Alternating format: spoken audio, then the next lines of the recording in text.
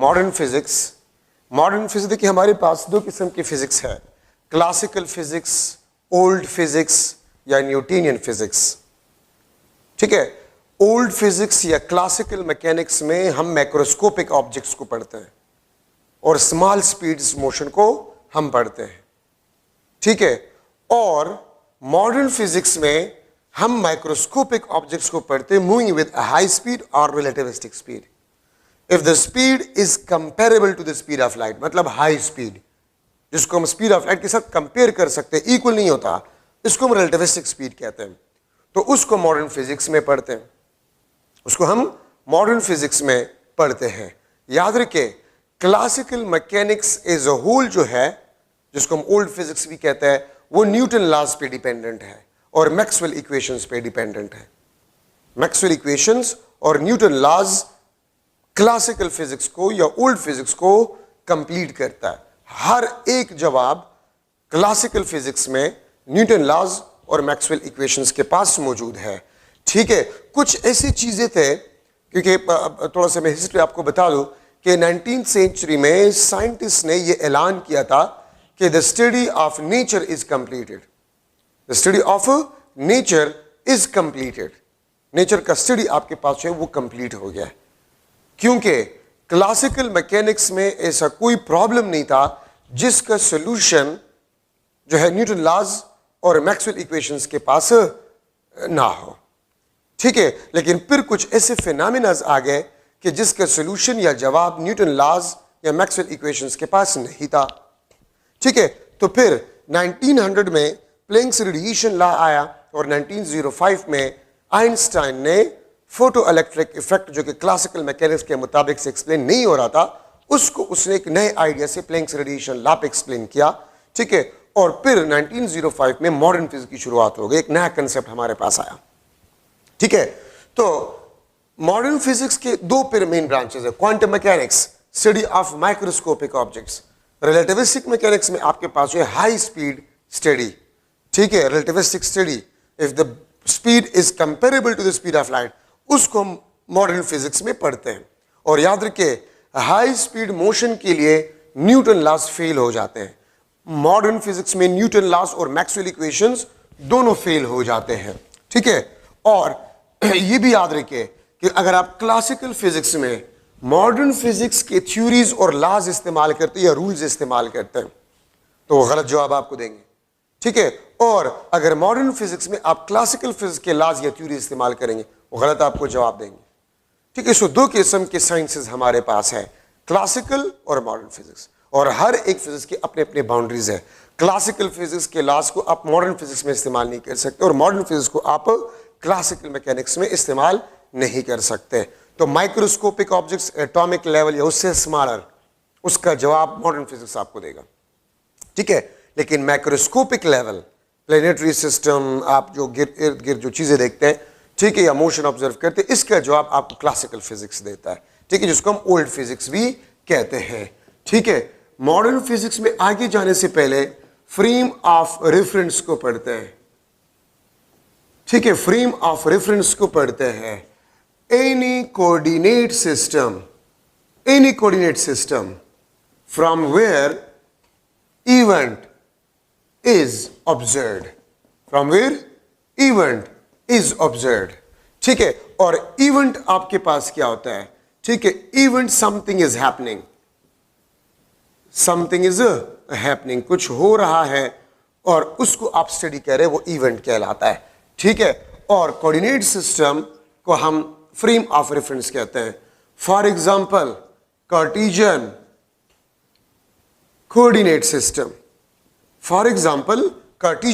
System, ये आपके पास एक फ्रेम ऑफ रेफरेंस है। XYZ, this is the origin.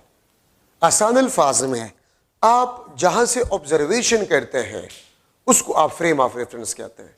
अगर आप रूम से ऑब्जर्वेशन कर रहे हैं, फॉर एग्जांपल आप रूम में हैं और बाहर किसी बंदे के मोशन को आप ऑब्जर्व कर रहे हैं, आप रूम में हैं, आप एक मॉस्किटो के फ्लाई को जो है, ठीक है, वो फ्लाइट कर रहा है, उसको आप ऑब्जर्व कर रहे हैं, मॉस्किटो उड़ रहे हैं और उसको आप ऑब्जर्व कर रहे हैं, स्टडी कर रहे हैं, तो आपका रूम आपका फ्रेम ऑफ रेफरेंस होगा। आप गाड़ी में हैं और गाड़ी से आप बाहर किसी दूसरे गाड़ी के मोशन को ऑब्जर्व करें तो गाड़ी आपका फ्रेम ऑफ रेफरेंस होगा। आप ट्रेन में है और ट्रेन से आप ऑब्जर्वेशन करें तो ट्रेन आपका फ्रेम ऑफ रेफरेंस होगा। ठीक है, आप मून पे है, मून से आप किसी चीज को ऑब्जर्व करें तो आपका फ्रेम ऑफ रेफरेंस मून होगा। तो फ्रेम ऑफ रेफरेंस वो जगह जहां से आप ऑब्जर्वेशन करते हैं। ठीक है, याद रखिए फ्रेम ऑफ रेफरेंस आपके पास जो है वो दो किस्म के हैं। नंबर फर्स्ट इनर्शियल फ्रेम और सेकंड आपके पास जो है वो नॉन इनर्शियल फ्रेम। ठीक है, inertial frame of reference and non inertial frame of reference, इसको हम कहते हैं नॉन एक्सेलरेटेड फ्रेम। ठीक है, inertial frame, non accelerated frame. A is equal to 0 और ए इज इक्वल टू 0 का मतलब आपके पास होता है रेस्ट, ठीक है, एंड यूनिफॉर्म मोशन। एक बॉडी अगर रेस्ट में है वो इनर्शियल फ्रेम में आपके पास होगा, अगर यूनिफॉर्म मोशन कर रहा है, ठीक है, तब एक्सेलरेशन 0 होगा और फ्रेम आपके पास जो होगा वो इनर्शियल फ्रेम होगा। तो non accelerated frame of reference, rest और यूनिफॉर्म मोशन। और इसमें याद रखिए इनर्शियल फ्रेम में न्यूटन लॉज आपके पास जो है वो एप्लीकेबल होते हैं। और तीसरी बात आपके पास ये है कि न्यूटन लॉज के रिजल्ट सेम होते हैं, same results in all inertial frames. ठीक है, non accelerated frame, Newton laws are applicable in inertial frame और न्यूटन लॉज के जो रिजल्ट्स होते हैं वो सेम होते हैं। तो हर वो फ्रेम या वो तमाम फ्रेम्स जिसमें न्यूटन लॉज एप्लीकेबल हो और न्यूटन लॉज के रिजल्ट सेम हो, हर उस फ्रेम को हम इनर्शियल फ्रेम कहते हैं। याद रखिए अर्थ रियलिटी में नॉन इनर्शियल है, अर्थ एक्सेलरेटेड मोशन करता है, लेकिन अगर आप अर्थ पे देखें तो हम एक्सेलरेशन फील ही नहीं करते, तो इसीलिए it is considered to be inertial, earth is considered to be inertial. ठीक है, नॉन एक्सेलरेटेड फ्रेम अगर ए आपके पास नॉन जीरो हो मींस एक्सेलरेटेड फ्रेम। ठीक है, कोई भी एक्सेलरेटेड फ्रेम, अगर आप कार में जा रहे हैं और कार का वेलोसिटी कांस्टेंट है, ठीक है, तो फिर कार आपके पास जो होगा वो इनर्शियल फ्रेम होगा। अगर आप कार में जा रहे हैं और कार एक्सेलरेटेड मोशन कर रहे हैं वो नॉन इनर्शियल फ्रेम होगा। ठीक है, तो नॉन एक्सेलरेटेड फ्रेम इनर्शियल और एक्सेलरेटेड फ्रेम आपके पास है वो नॉन इनर्शियल फ्रेम कहलाता है। और याद रखिए नॉन इनर्शियल में न्यूटन लॉज एप्लीकेबल नहीं होते, इसको आप उल्टा करें, इसमें इनर्शियल में न्यूटन लॉज एप्लीकेबल है, नॉन इनर्शियल में न्यूटन लॉज एप्लीकेबल नहीं है। नॉन इनर्शियल में न्यूटन लॉज के रिजल्ट्स डिफरेंट होते हैं, न्यूटन लॉज के रिजल्ट्स क्या होते हैं, डिफरेंट होते हैं। ठीक है, नॉन इनर्शियल फ्रेम में, तो ये बात याद रखिए। और यहां पर हम अर्थ पे दोनों फ्रेम्स को जो है वो ऑब्जर्व कर सकते हैं, इनर्शियल भी और नॉन इनर्शियल भी। नॉन एक्सेलरेटेड, इनर्शियल और एक्सेलरेटेड आपके पास जो होगा वो नॉन इनर्शियल फ्रेम आपके पास होगा। ठीक है, तो अगर मैं आपसे ये पूछूं कि अर्थ पे एक बॉडी पड़ा हुआ है, जमीन पे एक बॉडी पड़ा हुआ है और उस पर आप फोर्स लगा रहे हैं और उसमें एक्सेलरेशन 1 मीटर पर सेकंड स्क्वायर प्रोड्यूस हो रहा है। ठीक है, अगर वही बॉडी ट्रेन में पड़ा हुआ है और ट्रेन में आप उतना ही फोर्स उस बॉडी पे लगा रहे हैं और उतना ही एक्सेलरेशन प्रोड्यूस हो रहा है, तो फिर ट्रेन इनर्शियल फ्रेम होगा, नॉन इनर्शियल फ्रेम होगा। ठीक है, इनकम्प्लीट इनफॉर्मेशन या नन ऑफ दीज। तो अगर वो एक्सेलरेशन जो अर्थ पे प्रोड्यूस हो रहा है बॉडी में, वही एक्सेलरेशन अगर ट्रेन में भी उस बॉडी में आप उतनी फोर्स लगाकर प्रोड्यूस कर रहे, इसका मतलब ये होगा कि ट्रेन भी इनर्शियल फ्रेम होगा। ठीक है, अगर एरोप्लेन में उतनी ही मास पे आप उतना ही फोर्स लगा रहे और वही एक्सेलरेशन प्रोड्यूस हो रहा है, तो इसका मतलब आपके पास ये होगा कि एरोप्लेन भी आपके पास इनर्शियल फ्रेम होगा। लेकिन जमीन पे एक बॉडी पड़ा हुआ है, उस पर आप फोर्स लगा रहे हैं, उसमें एक्सेलरेशन ए प्रोड्यूस हो रहा है, अगर उतना ही बॉडी वो किसी ट्रेन में हो, किसी एरोप्लेन में हो और आप उतना ही फोर्स लगा रहे हैं, but acceleration produces is different, it means the frame is a non inertial frame. अगर आपका फ्रेम इनर्शियल है और आप किसी दूसरे फ्रेम को ऑब्जर्व करें तो वो भी आपको इनर्शियल नजर आएगा, वो भी आपको इनर्शियल नजर आएगा। ठीक है, याद रखिए, दो वर्ड आपको साइंस में बहुत ज्यादा देखने को मिलेगा। एब्सोल्यूट का मतलब आपके पास ये होता है फिक्स्ड और कांस्टेंट, ठीक है, और एब्सोल्यूट का मतलब ये होता है this is independent of frame of reference, ठीक है, this is independent of frame of reference, इसको हम एब्सोल्यूट कहते हैं। और रिलेटिव वर्ड, ठीक है, रिलेटिव वर्ड का मतलब होता है नॉट फिक्स्ड और कांस्टेंट, नॉट फिक्स्ड और कांस्टेंट, और इसका मतलब आपके पास ये होता है कि depends upon frame of a reference, depends upon frame of reference. Science में दो वर्ड्स आपको बहुत ज्यादा देखने को मिलेगा, एब्सोल्यूट एंड रिलेटिव। एब्सोल्यूट का मतलब होता है फिक्स्ड और constant, means independent of frame, और आपके पास जो रिलेटिव है उसका मतलब आपके पास होगा नॉट फिक्स्ड और नॉट कांस्टेंट, और ये जो है ये डिपेंड करेगा फ्रेम ऑफ रेफरेंस पे, ठीक है, सिंपल इसका मतलब आपके पास ये है। अगर देखिए मैं एक गाड़ी में हूं, ठीक है, लेट्स सपोज ये आपके पास मैं ले रहा हूं एक बस, ठीक है, ये आपके पास बस, और बस में एक ऑब्जर्वर है, बस में एक ऑब्जर्वर है, और वो बॉल को ऊपर फेंक रहा है और फिर वो नीचे आ रहा है परपेंडिकुलर। तो ये ऑब्जर्वर इस बॉल के मोशन को परपेंडिकुलर ऑब्जर्व करेगा, लेकिन अगर कोई ऑब्जर्वर इस फ्रेम से बाहर हो, ठीक है, अगर ये इस फ्रेम से बाहर हो तो ये कौन सा पाथ ऑब्जर्व करेगा? ये पैराबोलिक पाथ इस बॉल का ऑब्जर्व करेगा। बस में लेट्स सपोज बस जा रहे, बस में आप है और आप उसमें किसी चीज को ऊपर फेंक रहे हैं, तो आप परपेंडिकुलर मोशन को ऑब्जर्व करेंगे। दूसरा ऑब्जर्वर है, वो बस से बाहर है, वो आपको ऑब्जर्व करे, वो उस बॉल को ऑब्जर्व करे, तो वो बॉल के पाथ को पैराबोलिक ऑब्जर्व करेगा, ठीक है, वो बॉल के पाथ को पैराबोलिक ऑब्जर्व करेगा, ठीक है, ये याद रखिए। तो इसका मतलब ये है इसका फ्रेम जुदा है, इसका फ्रेम जुदा है, वो बस में है, ये ग्राउंड पे। तो देखिए ये जो मोशन उसने ऑब्जर्व किया, तो इसने पैराबोलिक पाथ पे मोशन ऑब्जर्व किया, उसने परपेंडिकुलर पाथ पे ऑब्जर्व किया। इसका मतलब यह है कि the direction of motion is relative, ठीक है, the direction of motion is a relative, ठीक है।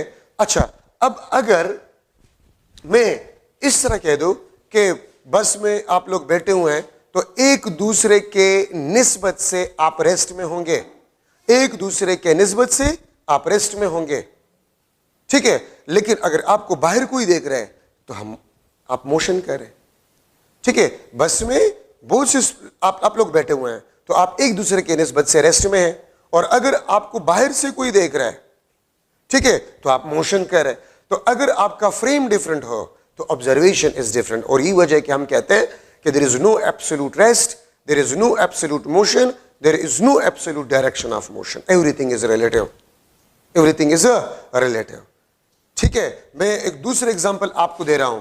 ये लेट्स सपोज बस है और बस में एक ऑब्जर्वर है, ठीक है, बस में एक ऑब्जर्वर है और आप बॉल को फेंक रहे हैं, बस है, ठीक है, बस का जो वेलोसिटी है लेट्स सपोज वो 3 मीटर पर सेकंड है, दिस द वेलोसिटी ऑफ अ बस 3 मीटर पर सेकंड, और ये आपके पास बॉल का वेलोसिटी है 1 मीटर पर सेकंड। तो देखिए ये ऑब्जर्वर इस बॉल को फेंक लेता है along the direction of motion, तो ये ऑब्जर्वर इस बॉल की स्पीड को 1 मीटर पर सेकंड ऑब्जर्व करेगा, ठीक है। लेकिन अगर एक ऑब्जर्वर ग्राउंड पे खड़ा है, ये रेस्ट में है, ये रेस्ट में है, तो ये इस बॉल के स्पीड को क्या ऑब्जर्व करेगा? 1 + 3। If the motion of a ball is along the motion of a बस, तो ये ऑब्जर्व करेगा 4 मीटर पर सेकंड। जमीन पे है, ये इस बॉल की स्पीड को 4 मीटर पर सेकंड ऑब्जर्व करेगा, क्योंकि बस भी 3 मीटर पर सेकंड से जा रहे हैं और बॉल को भी फेंका ये along the direction of motion of a बस, तो ये ऑब्जर्वर 4 मीटर पर सेकंड वेलोसिटी ऑब्जर्व करेगा, ये ऑब्जर्वर 1 मीटर पर सेकंड ऑब्जर्व करेगा। क्यों? क्योंकि इसका फ्रेम अर्थ है, जमीन पे खड़ा है, ठीक है, और इसका फ्रेम ये बस है। सो फ्रेम डिफरेंट है तो इनके ऑब्जर्वेशन डिफरेंट है, और इस कायनात में याद रखे एवरीथिंग इज रिलेटिव, कुछ भी एब्सोल्यूट नहीं है, एवरीथिंग इज रिलेटिव। ठीक है, अब मैं आपको इसको इस तरह भी कह सकता हूं कि देखिए आपका टेस्ट है 28 सितंबर को, ठीक है, ज्यादा चांस नहीं बल्कि जो है कंफर्म 20 सितंबर को आपका टेस्ट है। अब कुछ स्टूडेंट्स कह रहे टाइम कम है और टेंशन उन्होंने ली है, ठीक है, तो वो आप सोच रहे टाइम कम है और यही सोच के कि टाइम कम है आप स्टडी नहीं कर सकते, तो ऑब्वियसली आप टेस्ट क्वालिफाई नहीं कर सकते, आपको प्रॉब्लम होगा।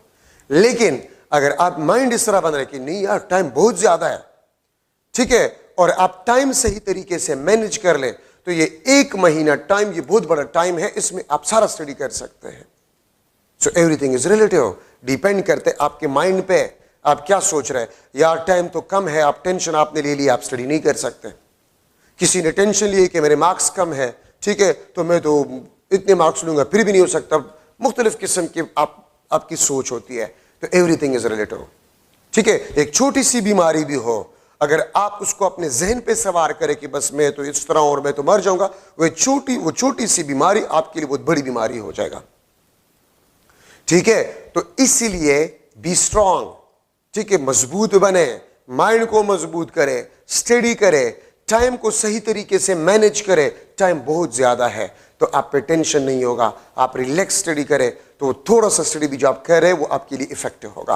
लेकिन अगर आप लोगों ने टेंशन लिया है, ठीक है, तो फिर आप अगर सारा दिन भी किताब के सामने बैठे हुए हैं, तो आपने माइंड इस तरह बनाया हुआ है, आपने फ्रेम इस तरह बनाया हुआ है कि टाइम नहीं है, तो आप स्टडी नहीं कर सकते। ठीक है, तो बिल्कुल मैं स्टूडेंट्स को कहता हूं कि आप टेंशन के कश्तियों को जला दें, टेस्ट आपने देना होगा, टाइम जो भी हो, अभी भी बहुत सा टाइम है। ठीक है, 1-1 घंटे में तारीख पढ़े, लोगों ने बहुत बड़े बड़े काम किए हैं, तो आपके पास तो 1 महीना है। ठीक है, तो एवरीथिंग इज रिलेटिव, कुछ भी एब्सोल्यूट नहीं है, हर चीज रिलेटिव है और सब कुछ आपके माइंड पे डिपेंड करता है, सब कुछ आपके माइंड पे डिपेंड करता है। अगर आप नेगेटिव सोचते हैं आपके साथ नेगेटिव होगा, अगर आप पॉजिटिव सोचते हैं आपके साथ पॉजिटिव होगा। ठीक है, तो ये बात याद रखें। तो यहां पर साइंस भी आपको यही कहता है, साइंस भी आपको यही कहता है कि इस दुनिया में तो छोड़े इस कायनात में कुछ एब्सोल्यूट नहीं है, एवरीथिंग इज रिलेटिव। और रिलेटिव का मतलब ये होता है depends upon the frame of reference. ठीक है, और अगर मैं आपको कहता हूं डिपेंड्स अपॉन योर माइंड, ठीक है, तो माइंड को ठीक करे, पढ़े, टेंशन एक साइड पे करे, बस मैंने पढ़ना है, ये टाइम बहुत ज्यादा है, तो टाइम को सही तरीके से मैनेज करे। ठीक है, तो इंशाल्लाह आपको कोई भी प्रॉब्लम नहीं होगा। ठीक है, तो ये स्टडी भी आपके लिए इफेक्टिव होगा। और अभी टाइम आपके पास कम है, तो आपके पास जितनी भी बुक्स है, ठीक है, उसको और बुक्स, एक्स्ट्रा बुक्स, उसको एक साइड पे रखें। आप सिर्फ टेक्स्ट बुक पे फोकस करें, आप सिर्फ हमारे लेक्चर्स पे फोकस करें, आप सिर्फ और सिर्फ जो है QC के बुक के MCQs करें और संडे टेस्ट दें। मैं गारंटी देता हूं आप लोगों को, आपको कोई प्रॉब्लम नहीं होगा।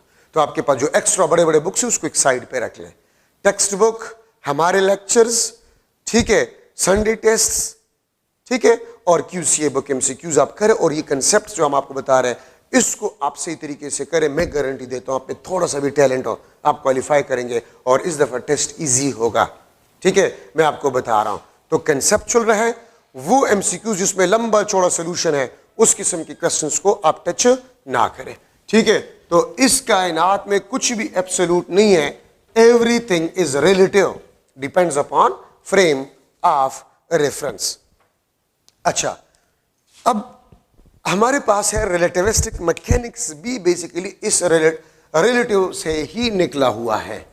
ठीक है, याद रखें न्यूटन जो था, न्यूटन और गैलीलियो, न्यूटन एंड गैलीलियो आपके पास जो था, दे वर एग्री फॉर एब्सोल्यूट टाइम, वो एब्सोल्यूट टाइम के साथ एग्री थे। और उसके मुताबिक से न्यूटन और गैलीलियो के मुताबिक से time is independent of frame, independent of frame. और XYZ ये स्पेस था टाइम को बाहर, it means they are independent, तो इसको बाहर लेकर गया है।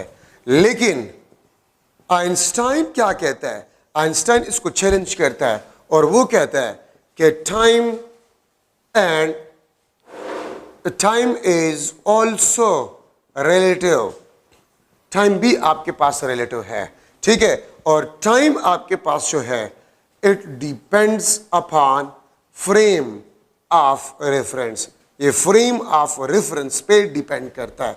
और Einstein give for first time idea of 4 dimension, उसने 4 डायमेंशन का कंसेप्ट दिया, एक्स वाई जी टी। देखिए एक ही ब्रैकेट में मैंने टाइम को लिख लिया, ठीक है। तो ये आपके पास 4th डायमेंशन है।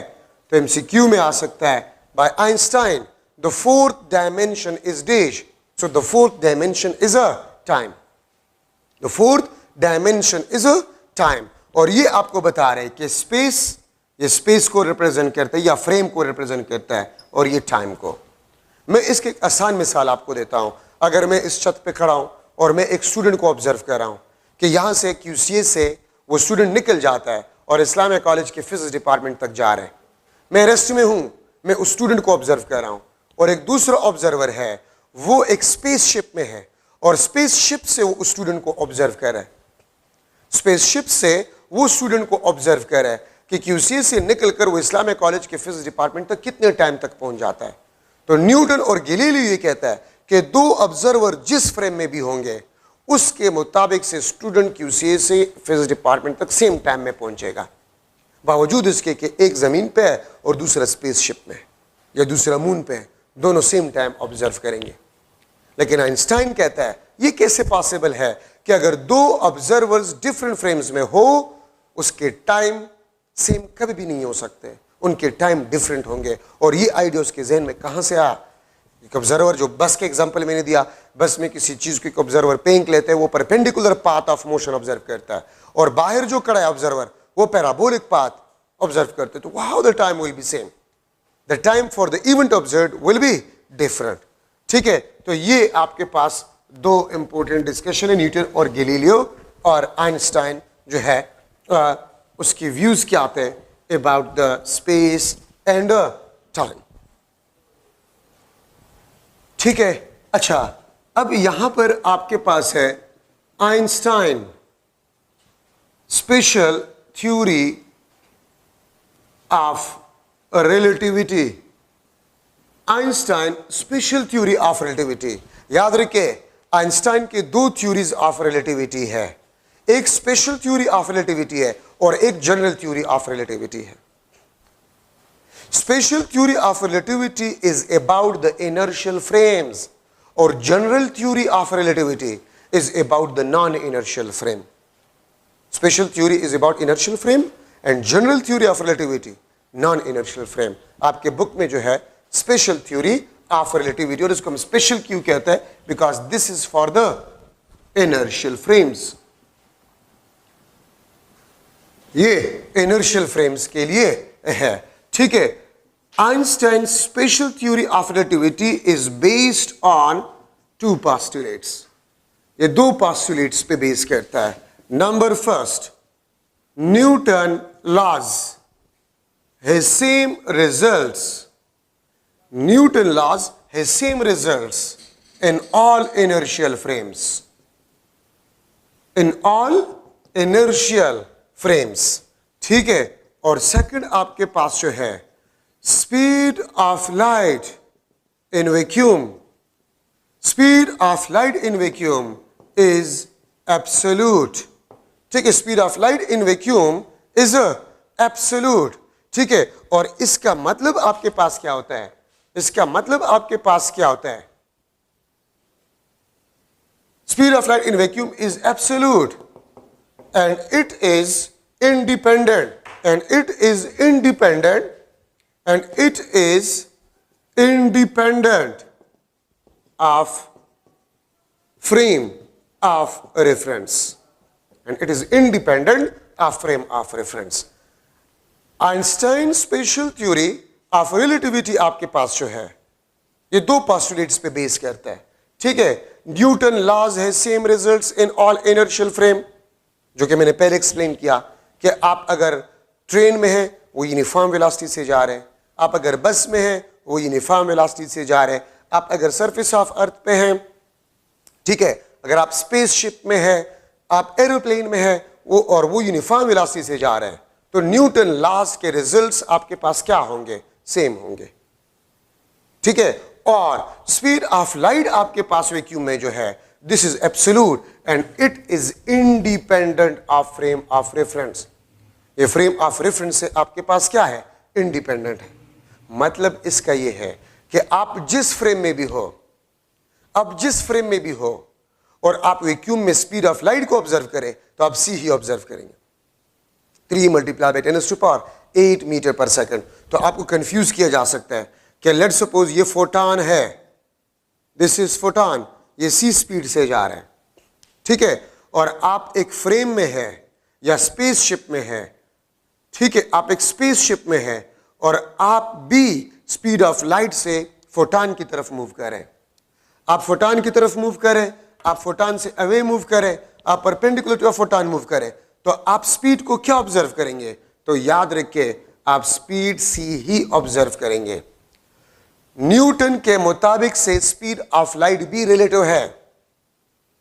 न्यूटन के मुताबिक से speed of light is also relative, ठीक है। लेकिन आइंस्टाइन क्या कहता है कि speed of light is not relative, it is absolute, independent of frame. तो आपको कंफ्यूज किया जा सकता है। देखिए, अगर मैं आपसे पूछूं कि एक ट्रेन है और वो high speed comparable to speed of light से आ रहा है और उसमें एक ऑब्जर्वर है और वो टॉर्च को ऑन करते और लाइट आपकी तरफ आ रहा है और ट्रेन भी आपकी तरफ पहुंच रहा है, तो आप लाइट का स्पीड क्या ऑब्जर्व करेंगे? तो सी। अगर आपसे अवे जा रहे हैं तो सी आप ऑब्जर्व करेंगे। आप स्पेसशिप में हैं जो कि स्पीड ऑफ लाइट से जा रहा है, ठीक है, और लाइट आपको अप्रोच कर रहा है, तो आप लाइट का स्पीड वैक्यूम में क्या ऑब्जर्व करेंगे? तो सी। एयर और वैक्यूम में स्पीड ऑफ लाइट तकरीबन आपके पास सेम होता है। तो आप जिस फ्रेम में भी हो, इसमें आपको कंफ्यूज किया जा सकता है, आप जिस फ्रेम में भी हो, speed of light observe will be C.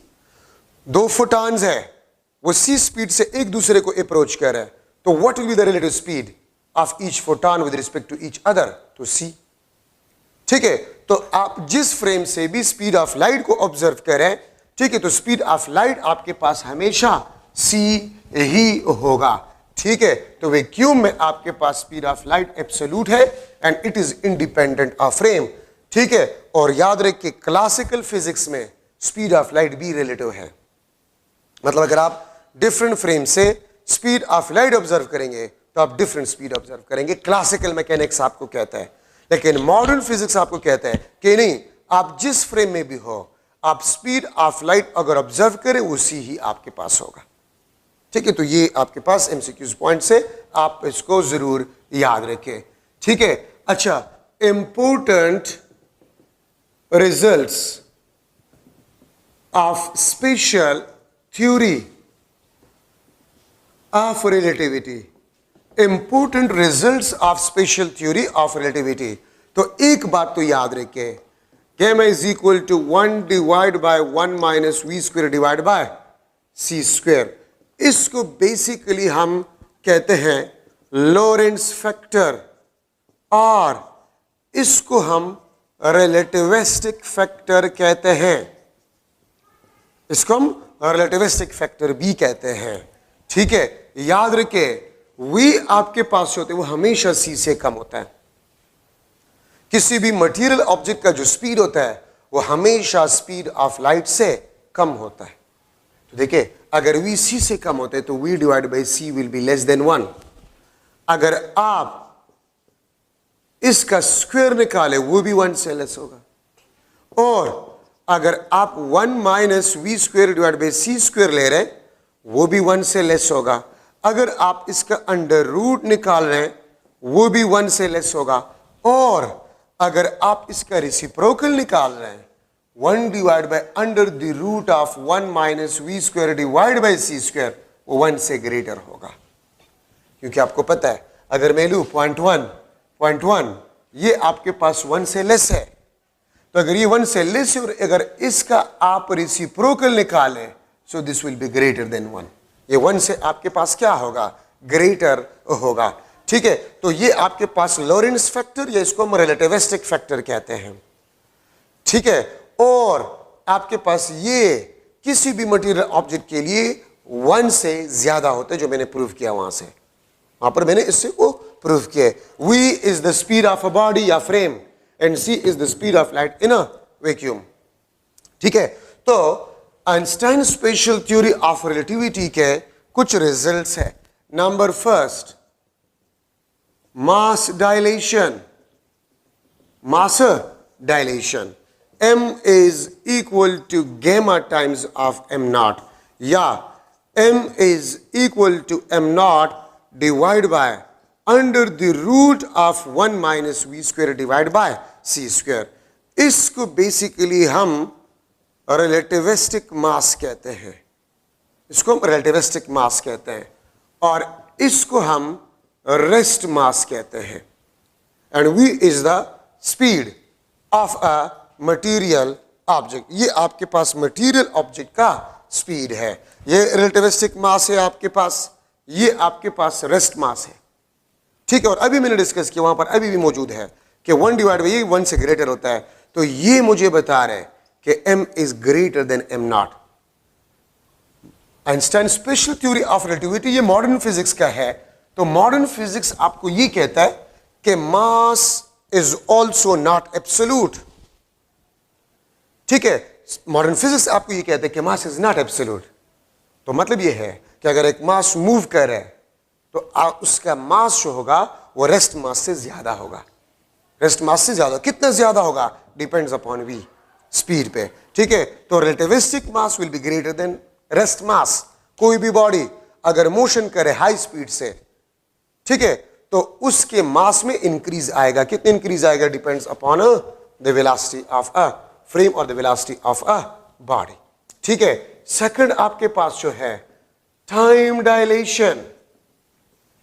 Time dilation, t is equal to gamma T naught, या इसको मैं लिख सकता हूं, ठीक है, T naught divide by under the root of 1 minus we square divide by C square. इसको हम कहते हैं this is a relativistic time. ये आपके पास रिलेटिविस्टिक टाइम है, ये आपके पास रेस्ट टाइम है। ठीक है, और इसका मतलब भी आपके पास ये है कि relativistic time will be greater than T not. इसका मतलब ये कि मॉडर्न फिजिक्स के मुताबिक से the time is not absolute, mass is not absolute. इसका मतलब ये है कि अगर एक ऑब्जर्वर रेस्ट फ्रेम में है, ठीक है, और इसके फ्रेम में भी एक क्लॉक है जिससे वो टाइम ऑब्जर्व कर रहा है, और दूसरा फ्रेम वो मोशन कर रहा है, this is a moving frame. ठीक है, और मूविंग फ्रेम में भी आपके पास ऑब्जर्वर है, ठीक है, और इसमें भी क्लॉक है, दिस इज ऑल्सो क्लॉक। ठीक है, ये दोनों किसी इवेंट को ऑब्जर्व कर रहे हैं। ये एक ऑब्जर्वर है रेस्ट फ्रेम में है, ये ऑब्जर्वर है मूविंग फ्रेम में है, ये दोनों सेम इवेंट को ऑब्जर्व कर रहे हैं। इसके मुताबिक से टी नॉट ये रेस्ट है, इसके मुताबिक से टी। तो आइंस्टाइन कहता है कि अगर दो ऑब्जर्वर्स दो डिफरेंट फ्रेम्स में है तो वो सेम इवेंट के टाइम को अगर ऑब्जर्व करें, time will be not same. ठीक है, टाइम डिफरेंट होगा, और मूविंग फ्रेम में जो टाइम होगा वो प्रोलॉन्ग्ड होगा रेस्ट टाइम से। ठीक है, और यहां पर मैं लिख सकता हूं कि the clock will tick slowly in moving frame. ठीक है, जो क्लॉक होगा मूविंग फ्रेम में वो स्लोली टिक करेगा, वो स्लोली टिक करेगा, टाइम डायलेट होगा, टाइम प्रोलॉन्ग्ड हो जाएगा मूविंग फ्रेम में। Time is not absolute, time is relative. लेकिन न्यूटन के मुताबिक से और क्लासिकल मैकेनिक्स के मुताबिक से टाइम इज एब्सोल्यूट। ठीक है, और थर्ड आपके पास जो है लेंथ कंट्रैक्शन। थर्ड आपके पास जो है दिस इज लेंथ कंट्रैक्शन। ठीक है, और लेंथ कंट्रैक्शन का मतलब ये है, ठीक है, कि L आपके पास होगा L not divide by gamma, और इसको मैं लिख सकता हूं, ठीक है, कि under the root of 1 minus we square divide by c square under the root. और ये आपको बता रहे कि L नॉट से कम होगा, लेंथ कंट्रैक्ट होगा, लेंथ विल बी कंट्रैक्टेड। लेकिन इसके लिए आपके पास क्या होगा, if motion is a long length, अगर मोशन अलॉन्ग लेंथ हो तो फिर लेंथ कंट्रैक्शन होगा, अगर मोशन अलॉन्ग लेंथ ना हो तो फिर लेंथ कंट्रैक्शन नहीं होगा। ठीक है, अब अगर मैं लूं ये आपके पास 2 स्टार है, ठीक है, ये आपके पास 2 स्टार है, ये S1, ये आपके पास S2, ठीक है, रेस्ट फ्रेम में D0, ये आपके पास distance observed by observer from rest frame, और D आपके पास जो है एक ऑब्जर्वर है जो कि फ्रेम में है, and this frame is moving V comparable to the C, ठीक है, और along a distance ये मूव कर रहा है, तो ये D डिस्टेंस ऑब्जर्व कर रहा है। एक ऑब्जर्वर रेस्ट फ्रेम से डिस्टेंस को ऑब्जर्व कर रहा है, दूसरा ऑब्जर्वर मूविंग फ्रेम से डिस्टेंस को ऑब्जर्व कर रहा है, तो इसके मुताबिक से D is equal to D0 1 minus we square divide by C square, और इसका मतलब आपके पास है कि D will be less than D0। तो ये ऑब्जर्वर जो डिस्टेंस ऑब्जर्व करेगा वो रेस्ट डिस्टेंस से कम होगा, कंट्रैक्ट होगा। लेकिन अगर मोशन अलोंग अ डिस्टेंस ना हो, इस तरह हो, किसी और एंगल पे हो, तो फिर लेंथ में कंट्रैक्शन नहीं होगा। लेंथ में कंट्रैक्शन तब होगा if the motion is along the length of a rod और अलोंग द डिस्टेंस, तब आपके पास लेंथ या डिस्टेंस में कंट्रैक्शन आपके पास होगा। ठीक है, ये याद रखिए। तो ये आपके पास 3 रिजल्ट्स है Einstein special theory of relativity का। ये Einstein special theory of relativity के जो रिजल्ट्स है, ये आपको मतलब ठीक रिजल्ट्स देंगे अगर आपके पास स्पीड हाई स्पीड हो, मींस रिलेटिविस्टिक स्पीड हो, रिलेटिविस्टिक स्पीड हो। ठीक है, लेंथ कंट्रैक्शन में मैंने आपको ये कहा था कि अगर मोशन अलोंग अ लेंथ हो, अलोंग अ डिस्टेंस हो, तो फिर आपके पास डिस्टेंस कंट्रैक्शन या लेंथ कंट्रैक्शन आपके पास होगा। If the motion is not along the length, अगर एक ऑब्जर्वर एक स्टार से दूसरे स्टार तक जा रहा है एक फ्रेम में जो कि हाई स्पीड से जा रहा है, और वो दोनों स्टार्स के दरमियान डिस्टेंस को मेजर कर रहे हैं, सो डिस्टेंस आपके पास क्या होगा, कंट्रैक्ट होगा। वो जो डिस्टेंस ऑब्जर्व करेगा वो रेस्ट फ्रेम से आपके पास क्या होगा, रेस्ट फ्रेम के मुकाबले में कम डिस्टेंस वो ऑब्जर्व करेगा। ठीक है, अच्छा यहां पर कुछ इंपॉर्टेंट पॉइंट्स मैं डिस्कस करवा रहा हूं।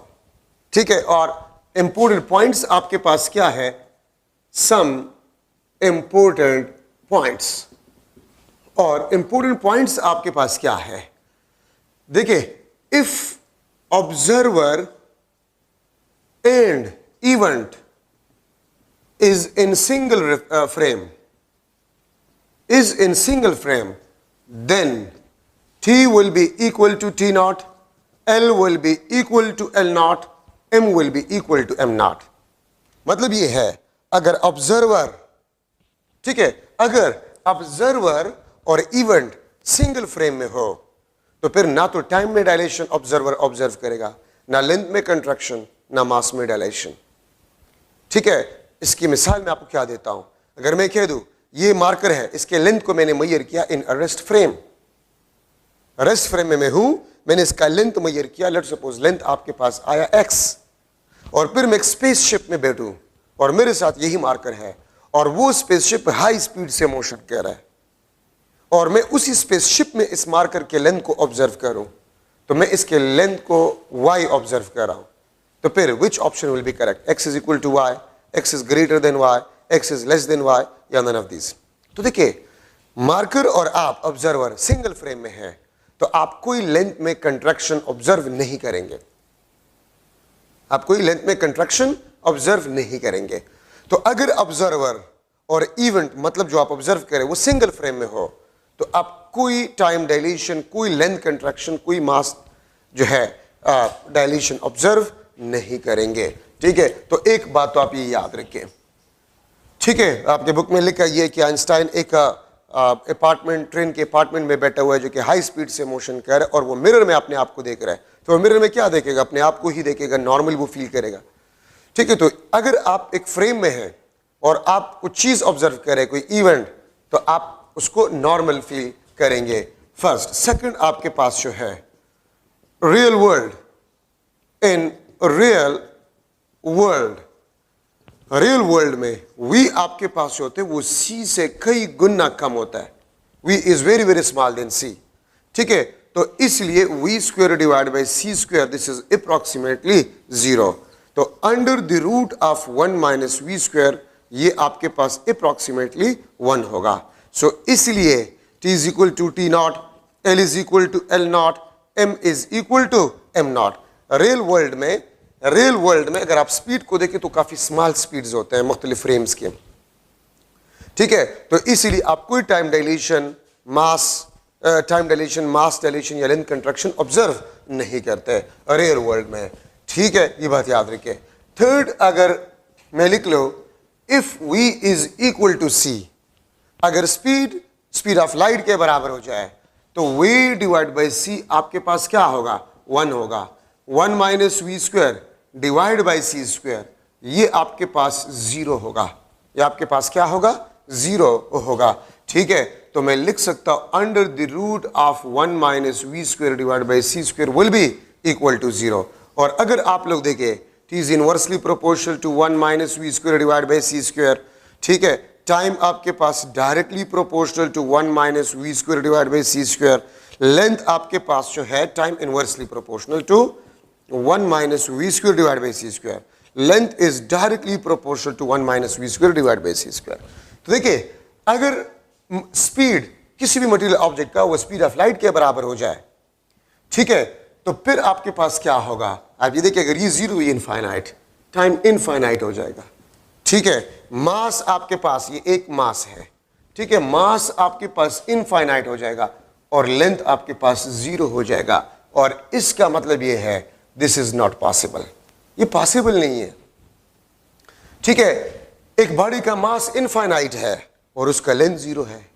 और दूसरी बात ये याद रखिए कि आप एनर्जी जो है is equal to m c square के मुताबिक से वो भी आपके पास इनफाइनाइट होगा। तो इसका मतलब ये है कि infinite energy will be required, infinite energy will be required for v is equal to c।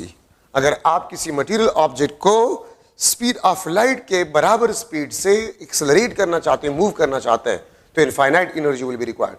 लेकिन इस दुनिया में हमारे पास इनफाइनाइट एनर्जी रिसोर्सेज नहीं है, फाइनाइट एनर्जी रिसोर्सेज है, ठीक है। मास इनफाइनाइट हो जाए, लेंथ 0 हो जाए, ये भी आपके पास नॉट पॉसिबल।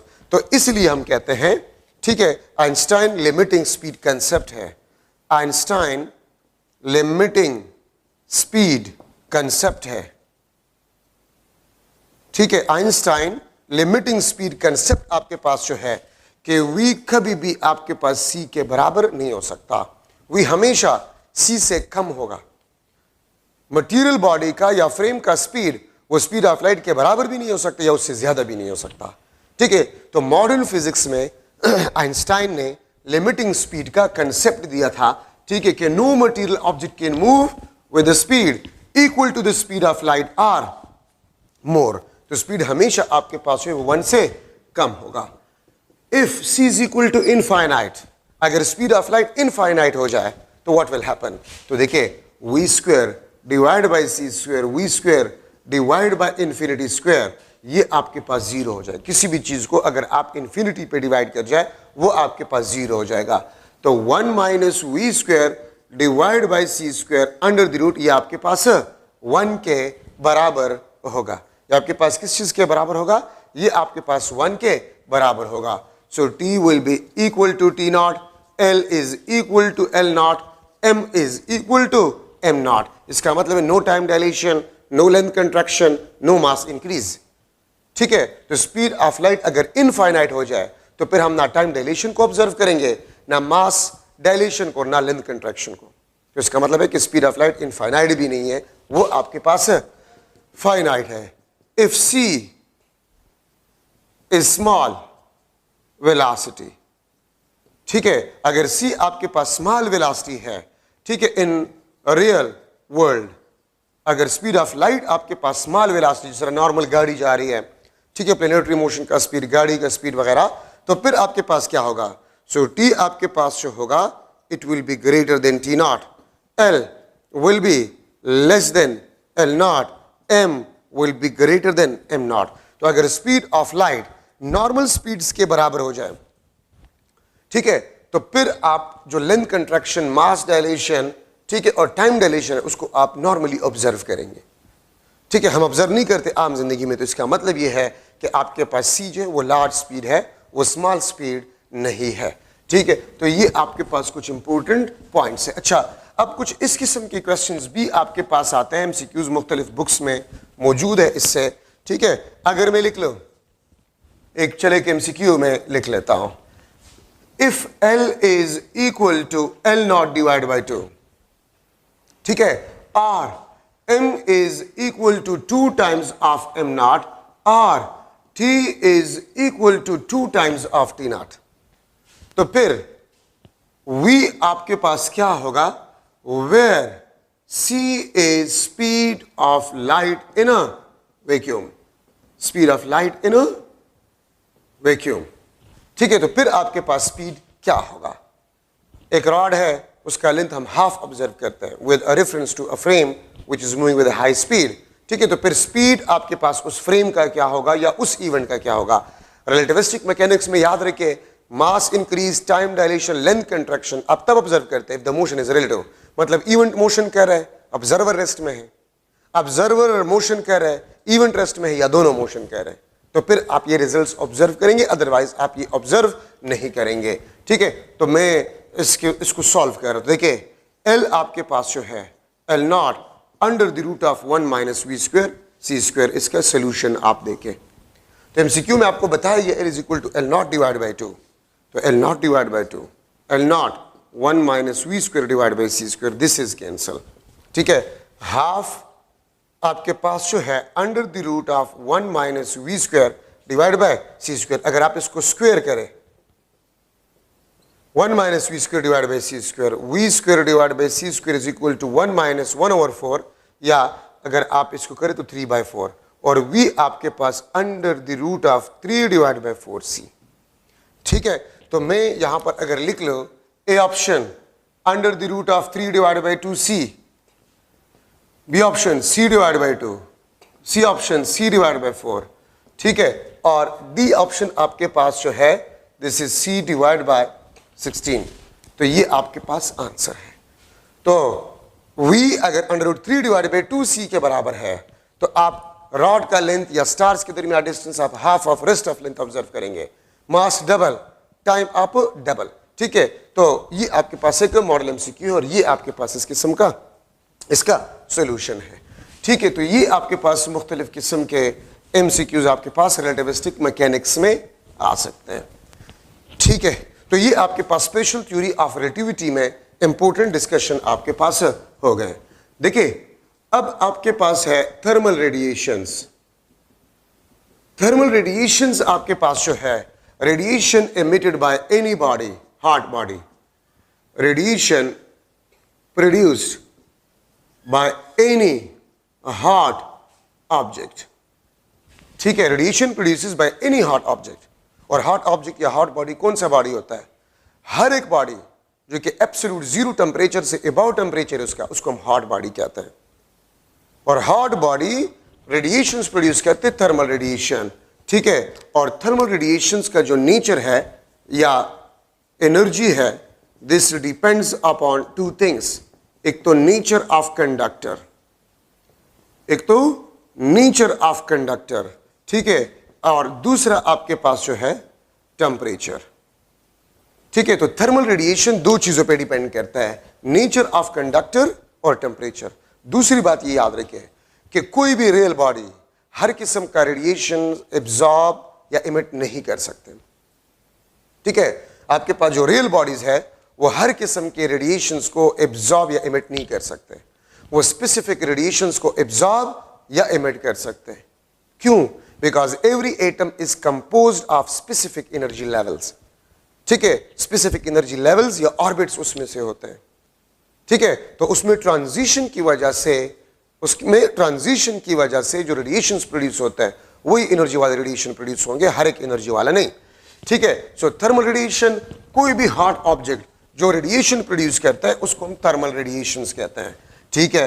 और अगर आप human also produces radiations infrared, इंसानी बदन जो है वो भी रेडिएशंस प्रोड्यूस करते हैं इंफ्रारेड रेंज में। हर एक बॉडी इस कायनात में जो एटम से बने हुए हैं वो रेडिएशंस एब्जॉर्ब भी कर सकते हैं और इमिट भी कर सकते हैं, ठीक है। और 0 केल्विन से अबव टेम्परेचर किसी भी बॉडी का हो तो वो रेडिएशंस प्रोड्यूस करेंगे, ठीक है। ये बात आप लोग याद रखें। अब यहां पर हम डिस्कस कर रहे हैं ब्लैक बॉडी रेडिएशन, लेकिन ब्लैक बॉडी रेडिएशन से पहले एक चीज याद रखें। अगर ये आपके पास सिस्टम है, ठीक है, और ये सराउंडिंग सिस्टम का टेम्परेचर मैं लिख लेता हूं TSYS और सराउंडिंग का TSUR। एक बात ये याद रखें कि सिस्टम का टेम्परेचर अगर सराउंडिंग से ज्यादा हो तो ये एमिशन ज्यादा करेगा एब्जॉर्प्शन के मुकाबले में, एमिशन ज्यादा करेगा एब्जॉर्प्शन के मुकाबले में, ठीक है। और अगर सिस्टम का टेम्परेचर सराउंडिंग से कम हो तो फिर आपके पास जो एमिशन होगा वो एब्जॉर्प्शन से कम होगा, वो एब्जॉर्प्शन से क्या होगा, कम होगा, ठीक है। और थर्ड आपके पास जो है, अगर सिस्टम और सराउंडिंग का टेम्परेचर सेम हो तो एमिशन और एब्जॉर्प्शन बराबर होगा, ठीक है। जितना एब्जॉर्प्शन करेगा उतना एमिशन भी बॉडी करेगा। इन एग्जाम्पल्स को करने का मेरा मकसद यह है कि कोई भी बॉडी सिर्फ एब्जॉर्प्शन या सिर्फ एमिशन नहीं कर सकता। इन तीनों एग्जाम्पल्स का मतलब यह है कि कोई भी बॉडी सिर्फ एब्जॉर्प्शन या सिर्फ एमिशन नहीं कर सकता, ठीक है। ये बात याद रखिए, कोई भी रियल बॉडी ओनली एब्जॉर्प्शन या ओनली एमिशन ही कर सकता। एब्जॉर्प्शन और एमिशन दोनों जो है वो करेंगे कोई भी बॉडी, ठीक है। अच्छा, अब यहां पर हम ब्लैक बॉडी को ले रहे हैं। सो ब्लैक बॉडी आपके पास है, दिस इज आइडियल बॉडी, ये आइडियल बॉडी है which is 100% absorber and 100% emitter, ठीक है। या इसको मैं इस तरह भी लिख सकता हूं, are which can absorb or emit all types of radiations, all types of radiations, ठीक है। ब्लैक बॉडी वो बॉडी होता है जो कि 100% एब्जॉर्बर हो या 100% एमिटर। 100% एब्जॉर्बर कब होगा, अगर ब्लैक बॉडी का टेम्परेचर सराउंडिंग से कम हो तो सिर्फ एब्जॉर्प्शन करेगा, ठीक है। अगर मैं ये लूं, ये आपके पास एक बॉडी है, मैंने लिख लिया दिस इज ब्लैक बॉडी। अगर इस पे रेडिएशंस फॉल हो रहे हैं, इस पे रेडिएशंस फॉल हो रहे हैं, इस पे radiations fall, all types of radiation, infrared, X rays, gamma rays, सारे, ठीक है। और ये आपके पास जो है कंप्लीटली एब्जॉर्ब हो, if this is completely absorb तो फिर बॉडी आपके पास ब्लैक बॉडी होगा लो टेम्परेचर पे। और ठीक है, ये हम बेसिकली लो टेम्परेचर पे लेते हैं। और अगर आपके पास हाई टेम्परेचर पे हो, हाई टेम्परेचर पे, तो ये सिर्फ और सिर्फ एमिशन करेगा, ठीक है। ये सिर्फ और सिर्फ क्या करेगा, ठीक है, ये एमिशन करेगा ऑल टाइप्स ऑफ रेडिएशंस, ये तमाम किस्म के रेडिएशंस जो है वो सिर्फ एमिट करेगा। और आपके पास जो है ये कंप्लीटली, ये आपके पास कंप्लीटली एमिशन करेगा, ठीक है, और ये कंप्लीटली एब्जॉर्प्शन करेगा। और ये सिर्फ आइडियल बॉडी के लिए ही पॉसिबल है, क्योंकि रियल बॉडी सिर्फ एब्जॉर्प्शन या सिर्फ एमिशन नहीं कर सकता, ये याद रखिए। वही टाइम दोनों, कुछ अगर एब्जॉर्ब करेगा तो कुछ एमिट भी करेगा। लेकिन ब्लैक बॉडी वो 100% रेडिएशंस को एमिट करेगा या 100% रेडिएशन को एब्जॉर्ब करेगा। दूसरी बात यह है कि कोई भी रियल एलिमेंट तमाम किस्म के रेडिएशंस को एब्जॉर्ब या एमिट नहीं कर सकता, ठीक है। तमाम किस्म के रेडिएशंस एब्जॉर्ब या एमिट हर एक एलिमेंट नहीं कर सकता। कुछ रेडिएशंस अगर एब्जॉर्ब कर सकते तो कुछ को एब्जॉर्ब नहीं कर सकते। लेकिन black body can absorb all types of radiation, जो रेडिएशन भी आप इस पे फॉल करें वो इसको एब्जॉर्ब करेगा। सो this is a ideal black body, ठीक है। और ये आइडियल ब्लैक बॉडी ये आइडियल एटम से बना होगा, और आइडियल एटम ऐसा एटम जो किसी भी किस्म के रेडिएशन को एब्जॉर्ब या एमिट करेगा, विच इज नॉट पॉसिबल। हाँ, हमारे पास कुछ अप्रॉक्सीमेशन है, ठीक है। लेबोरेटरी में अप्रॉक्सीमेशन ऑफ ब्लैक बॉडी क्या है?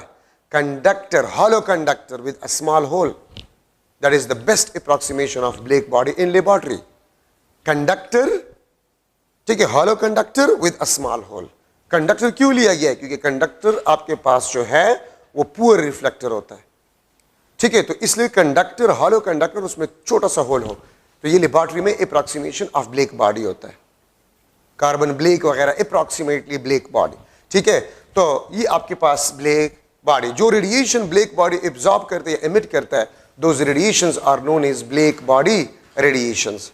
और याद रखिए, ब्लैक बॉडी रेडिएशंस जो है, ठीक है, ब्लैक बॉडी रेडिएशन वो ऑल टाइप्स ऑफ रेडिएशंस होते हैं। अब इसमें जो जरूरी पॉइंट्स है वो इसी स्पेक्ट्रम में है, black body radiation spectrum. Black body radiations spectrum, black body radiation spectrum.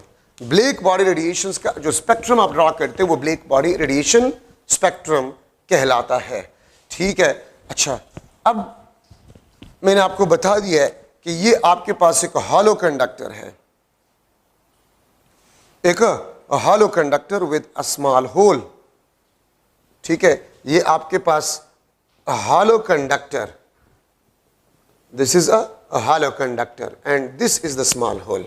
अगर इसमें आप रेडिएशंस इंटर करवा लें, अगर इसमें आप लोग रेडिएशंस इंटर करवा लें, तो ये सक्सेसिव रिफ्लेक्शन करेगा, सक्सेसिव रिफ्लेक्शन करेगा, and after successive reflection these radiation will be completely absorb. अगर आप स्मॉल होल के जरिए से रेडिएशंस को इंटर करवा रहे हैं इस हॉलो कंडक्टर में, तो ये सक्सेसिव रिफ्लेक्शन करेगा unless it is completely absorb, ठीक है। और अगर आप रेडिएशन को स्टॉप करो, ये हाइट, ये रेडिएशन कब तक एब्जॉर्ब करेगा? अगर आपसे ये पूछा जाए तो ये रेडिएशन तब तक एब्जॉर्ब करेगा जब तक इनके वॉल्स और ये रेडिएशन थर्मल इक्विलिब्रियम में ना आए, तब तक ये वॉल्स रेडिएशन को एब्जॉर्ब करेगा, ठीक है। और जब थर्मल इक्विलिब्रियम में आ जाए तो फिर ये फर्दर एब्जॉर्प्शन नहीं करेगा, एमिशन करेगा। सो this is the best approximation in laboratory, ठीक है, for a black body.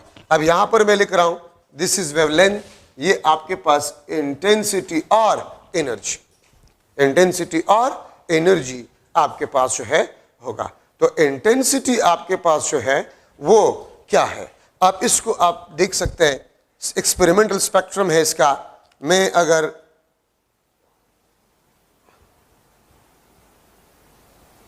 Draw करूं, ये आपके पास T1 टेम्परेचर पे,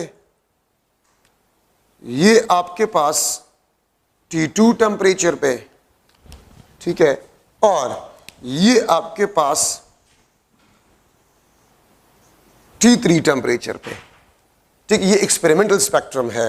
T3 टेम्परेचर आपके पास जो है, T3 temperature is greater than T2 and T2 is greater than T1, ठीक है। अगर आप देखें इस रेड के पीक को देखें तो this is the peak of red, मैं इसको लिख लूंगा M1, लेमडा M1। मैं इसको लिख लूंगा, ये इसका पीक है, तो मैं इसको लिख लूंगा दिस इज लेमडा M2, और मैं इसके पीक को लिख लूंगा दिस इज लेमडा M3। और अगर आप इसके इंटेंसिटी या एनर्जी को देखें, इंटेंसिटी और एनर्जी, मैं इसको I3 या E3 लिख लूंगा।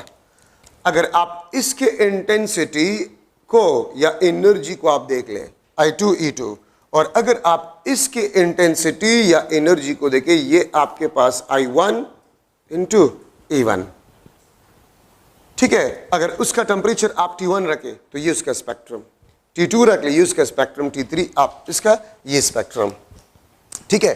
तो ब्लैक बॉडी रेडिएशन स्पेक्ट्रम में T3 ज्यादा है, तो इसका मतलब ये कि I3 intensity will be greater than I2 intensity will be greater than I1। Energy T3 temperature पे ज्यादा वो प्रोड्यूस कर रहा है, आप देखिए इसका पीक ज्यादा है, ठीक है। E2 this is greater than E1, और lambda m1, lambda m2, lambda m3 इस तरफ अगर आप जा रहे हैं तो वेवलेंथ डिक्रीज हो रहा है। ठीक है, तो मैं यहां पर लिख सकता हूं कि वेवलेंथ जिस पे इंटेंसिटी मैक्सिमम है m3 is less than m2 and this is less than m1। Lambda m आपके पास क्या है? लेमडा m आपके पास the wavelength at which intensity is a maximum, the wavelength at which intensity is a maximum. Lambda m आपके पास वो intensity है, ठीक है, लेमडा m वो वेवलेंथ है जिस पे इंटेंसिटी आपके पास क्या हो? मैक्सिमम हो। ठीक है, तो आप देखिए T1 टेम्परेचर कम है, इसका पीक वैल्यू इस वेवलेंथ पे है। ठीक है, फिर T2 ज्यादा है तो इसका वेवलेंथ जिस पे इंटेंसिटी मैक्सिमम लेमडा m2 देखिए कम हो रहा है, लेमडा m3 कम हो रहा है। ठीक है, तो आप अगर इसी डायग्राम को देख ले, ये सारे पॉइंट्स आपके बुक में है। फर्स्ट पॉइंट तो आपके पास ये है कि ब्लैक बॉडी रेडिएशन स्पेक्ट्रम आपके पास जो है इनका शेप सेम है किसी भी टेम्परेचर के लिए। The shape of black body radiation spectrum is same at any temperature, किसी भी टेम्परेचर के लिए। ठीक है, दूसरी बात आप देखें, अगर आप इसको देखें ये वाला T1 टेम्परेचर पे ये वेवलेंथ प्रोड्यूस हो रहे हैं यहां से लेकर यहां तक। ठीक है, अगर आप T2 टेम्परेचर पे देख ले, T2 टेम्परेचर पे तो ये आपके पास जो है इस रेंज में वेवलेंथ आपके पास प्रोड्यूस हो रहा है। आप अगर इसको देखें, ये वो वेवलेंथ है, ये वेवलेंथ ये यहां से लेकर यहां तक, और ये वेवलेंथ ये वो वेवलेंथ है जो T1 पे प्रोड्यूस नहीं हो रहा है। तो इसका मतलब आपके पास ये है कि the number of wavelengths is directly proportional to the temperature. अगर आप ब्लैक बॉडी का टेम्परेचर बढ़ाएंगे तो number of wavelengths will be increases. अगर पहले 10 वेवलेंथ्स प्रोड्यूस हो रहे हैं, टेम्परेचर बढ़ा तो 10 से ज्यादा प्रोड्यूस होंगे। ठीक है, तो पहला पॉइंट आपके पास ये बना कि number of wavelengths will be directly proportional to the temperature. Temperature के बढ़ाने से नंबर ऑफ वेवलेंथ्स बढ़ते हैं, टेम्परेचर के कम करने से नंबर ऑफ वेवलेंथ्स कम होते हैं। ठीक है, जो कि आपको यहां से नजर आ रहा है। आप अगर T3 को देखें तो ये वो वेवलेंथ है, ठीक है, जो कि T2 पे प्रोड्यूस नहीं हो रहा है। ठीक है, तो आप टेम्परेचर बढ़ा रहे हैं, number of wavelengths will be increases. ठीक है, अच्छा, द डिस्ट्रीब्यूशन ऑफ एनर्जी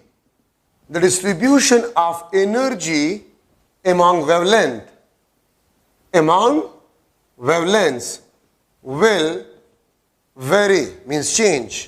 ठीक है, will vary with temperature change, with temperature change. अगर आप टेम्परेचर चेंज करें तो डिस्ट्रीब्यूशन ऑफ एनर्जी चेंज होगा, डिस्ट्रीब्यूशन ऑफ एनर्जी चेंज होगा। किस तरह डिस्ट्रीब्यूशन ऑफ एनर्जी? देखिए T1 टेम्परेचर पे लेमडा m1 पे इंटेंसिटी मैक्सिमम था, फिर लेमडा m2, फिर लेमडा m3। तो इसका मतलब है कि डिस्ट्रीब्यूशन चेंज हो रहा है, इसलिए तो वो वेवलेंथ जिस पे इंटेंसिटी मैक्सिमम है वो चेंज हो रहा है।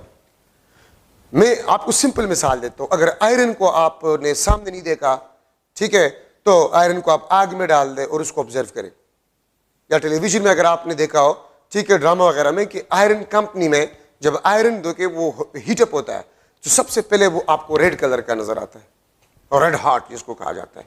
ठीक है, तो वो आपको रेड हॉट क्यों नजर आता है? क्योंकि उस टेम्परेचर पे जितने भी रेडिएशंस वो प्रोड्यूस करे उसमें सबसे ज्यादा वेवलेंथ्स रेड लाइट के होते हैं, इसलिए उसका कलर आपको रेड नजर आता है।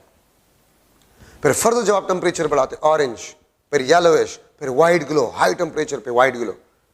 ठीक है, तो जब ऑरेंज कलर का आपको नजर आता है, इसका मतलब ये होता है कि the wavelength of orange colours are large, इसलिए उसका कलर आपको ऑरेंज नजर आता है। तो रेड, ठीक है, ऑरेंज, ये आपके पास लेट्स सपोज व्हाइट। तो जब आप टेम्परेचर बढ़ाते हैं तो पहले रेड आपको नजर आ रहा था आयरन, इसका मतलब है कि उस टेम्परेचर पे रेड वेवलेंथ सबसे ज्यादा थी। फिर फर्दर जब आप टेम्परेचर बढ़ाते हैं, ठीक है, तो ऑरेंज, इसका मतलब ये कि अब रेड नंबर ऑफ वेवलेंथ्स कम हो गए, ऑरेंज ज्यादा हो गए। तो अगर T1 पे रेड कलर का नजर आ रहे हैं आयरन रेड, तो इसका मतलब ये लेमडा m1 ये रेड लाइट का होगा। अगर फिर आपको ऑरेंज कलर का नजर आ रहा है तो लेमडा m2 ऑरेंज कलर का होगा। ठीक है, और अगर व्हाइट ग्लो करे आयरन तो फिर ये व्हाइट लाइट का, अल्ट्रावायलेट लाइट का वेवलेंथ आपके पास होगा। ठीक है, तो distribution of energy change among wavelengths if the temperature change. और ये याद रखिए, वो वेवलेंथ जो कि जिसमें इंटेंसिटी मैक्सिमम होगा, ठीक है, इसको बेसिकली हम कहते हैं वीन डिस्प्लेसमेंट लॉ, ठीक है। lambda m, the wavelength at which intensity is maximum, this is inversely proportional to the temperature, inversely proportional to the temperature. अगर आप टेम्परेचर बढ़ाते तो वो वेवलेंथ जिस पे इंटेंसिटी मैक्सिमम होता है वो कम हो रहा है, ठीक है। तो वीन्स डिस्प्लेसमेंट लॉ और lambda mt आपके पास होगा, it will be equal to constant. तो देखिए, अगर आपसे क्वेश्चन में कह दिया जाए कि हम एक स्टार को देख रहे थे और स्टार का कलर हमें रेड नजर आ रहा था, what will be the temperature of that star, तो lambda m आपके पास रेड लाइट का होगा, कांस्टेंट का वैल्यू बुक में है, इसमें पुट करे टेम्परेचर आपके पास उस स्टार का आ जाएगा। आयरन है, उसको हमने आग में डाल दिया है, वो हमें रेड नजर आ रहा है, what will be the temperature of the iron, तो lambda m आपके पास रेड लाइट का वेवलेंथ आप पुट करें, कांस्टेंट का वैल्यू बुक में है, टेम्परेचर आपके पास आ जाएगा, ठीक है। So this is Wien displacement law, ठीक है। अच्छा, Stefan Boltzmann law, Stefan law में इसको स्टेफन्स लॉ को क्या कहता है? देखिए, ये एरिया इनक्लोज्ड जो है, एरिया इनक्लोज्ड, ये किस चीज के बारे में आपको बताएगा? ये एनर्जी एमिटेड के बारे में आपको बताएगा, ये एनर्जी प्रोड्यूस के बारे में बताएगा। The area enclosed by the black body radiation spectrum gives us the energy produces at that temperature. अब देखिए, T3 पे सबसे ज्यादा एरिया इनक्लोज्ड है, तो T3 टेम्परेचर पे ज्यादा एनर्जी प्रोड्यूस हो रहा है, ठीक है। तो एरिया इनक्लोज्ड वो आपको एनर्जी प्रोड्यूस के बारे में बताते हैं। और स्टेफन्स आपको ये कहता है कि एनर्जी जो प्रोड्यूस हो रहा है, this is directly proportional to the fourth power of temperature. Energy is directly proportional to the fourth power of absolute temperature, fourth power of absolute temperature. तो इसका मतलब ये है कि अगर आप टेम्परेचर, ब्लैक बॉडी के टेम्परेचर को डबल करें तो energy produces will become 16 time, 2 2s are 4, 4 2s are 8, 8 2s are 16। तो एनर्जी आपके पास produce of a black body, this is directly proportional to the fourth power of a temperature, ठीक है। अच्छा, अब इस इक्वेशन को मैं यहां पर लिख लेता हूं, E is equal to sigma T की पावर 4, ठीक है। ये स्टीफेंस कांस्टेंट है, आपके पास बुक में वैल्यू मौजूद है, वहां से आप देख सकते हैं, ठीक है। अच्छा, अब ये आपके पास this is only used for black body, ये ब्लैक बॉडी के लिए इस्तेमाल होता है, ठीक है। आप अगर रियल बॉडीज के लिए लिखना चाहते हैं, रियल बॉडीज के लिए, तो ये इक्वेशन आपके पास E एप्सिलॉन सिग्मा टी की पावर 4, ये एप्सिलॉन आपके पास जो है E, ये आपके पास एमिशन और एब्जॉर्प्शन पावर को रिप्रेजेंट करता है, ठीक है। और ये E आपके पास जो है, दिस डिपेंड्स अपॉन नेचर, ठीक है। ये नेचर ऑफ कंडक्टर पे डिपेंड करता है, नेचर ऑफ कंडक्टर पे डिपेंड करता है, ठीक है। अगर मैं ब्लैक बॉडी ले रहा हूं, for black body emission power is equal to 1 or emission power is equal to 100%, ठीक है। एंड रियल बॉडीज अगर हो, तो रियल बॉडीज आपके पास अगर हो तो emission पावर आपके पास होगा वो 1 से कम होगा, ठीक है। तो देखिए, ये एक बहुत कॉमन MCQs है मुख्तलिफ बुक्स में कि emission power of thermal radiations depend upon dash, तो नेचर और टेम्परेचर। लेकिन ब्लैक बॉडी जो है, ब्लैक बॉडी रेडिएशन सिर्फ और सिर्फ टेम्परेचर पे डिपेंड करता है, वो नेचर पे डिपेंड नहीं करता। तो अगर एमसीक्यू में आ जाए कि black body radiation depends upon dash, तो टेम्परेचर ओनली, लेकिन एब्सोल्यूट टेम्परेचर। और अगर रियल बॉडीज की बात हो जाए तो रियल बॉडीज जो थर्मल रेडिएशंस प्रोड्यूस करते हैं वो दो चीजों पे डिपेंड करता है, नेचर पे और टेम्परेचर पे डिपेंड करता है, ठीक है। तो ये आपके पास जो है, ये जितनी भी चीजें मैंने लिख ली है, ये एक्सपेरिमेंटल ऑब्जर्वेशंस हैं। और एक्सपेरिमेंटल ऑब्जर्वेशन किस चीज से लिए गए हैं, ठीक है, लेबोरेटरी में जो अप्रॉक्सीमेशन है ब्लैक बॉडी का। अप्रॉक्सीमेशन क्या है? अप्रॉक्सीमेशन आपके पास अ हॉलो कंडक्टर, ठीक है, विद अ स्मॉल होल, वो अप्रॉक्सीमेशन है ब्लैक बॉडी का। तो ये सारे आपके पास एक्सपेरिमेंटल ऑब्जर्वेशंस हैं। तो if the temperature of a black body is double, then the energy produced will becomes 16 times. ठीक है, तो ये आपके पास जो है इंपॉर्टेंट पॉइंट्स है इन अ ब्लैक बॉडी। अब इस एक्सपेरिमेंटल स्पेक्ट्रम को, ब्लैक बॉडी रेडिएशन स्पेक्ट्रम जो है, इसको एक्सप्लेन करने के लिए मुख्तलिफ साइंटिस्ट आ गए, ठीक है, और इसको एक्सप्लेन करना चाहा, ठीक है। ये आपके पास ब्लैक बॉडी रेडिएशन स्पेक्ट्रम है, इंटेंसिटी और वेवलेंथ, ये आपके पास एक्सपेरिमेंटल स्पेक्ट्रम है, ये एक्सपेरिमेंटल स्पेक्ट्रम है, ठीक है। तो देखिए क्लासिकल फिजिक्स फेल, ठीक है, classical physics or wave nature of light, wave nature of light fail to explain black body radiation spectrum, black body radiation spectrum. आज तक क्लासिकल मैकेनिक्स फेल हुआ to explain black body radiation spectrum, ठीक है। यहां पर सबसे पहले तो रेली एंड जीन्स थ्योरी, ठीक है, Rayleigh and Jeans theory, Rayleigh and Jeans theory आपके पास ये था, स्पेक्ट्रम आपके पास ये था, ये रेली एंड जीन स्पेक्ट्रम, ठीक है। Rayleigh and Jeans Rayleigh and Jeans try classical mechanics to explain black body radiation spectrum, ठीक है, और they consider atom of conductor is a tiny oscillator which can absorb or emit radiation in continuous form. Radiations in continuous form.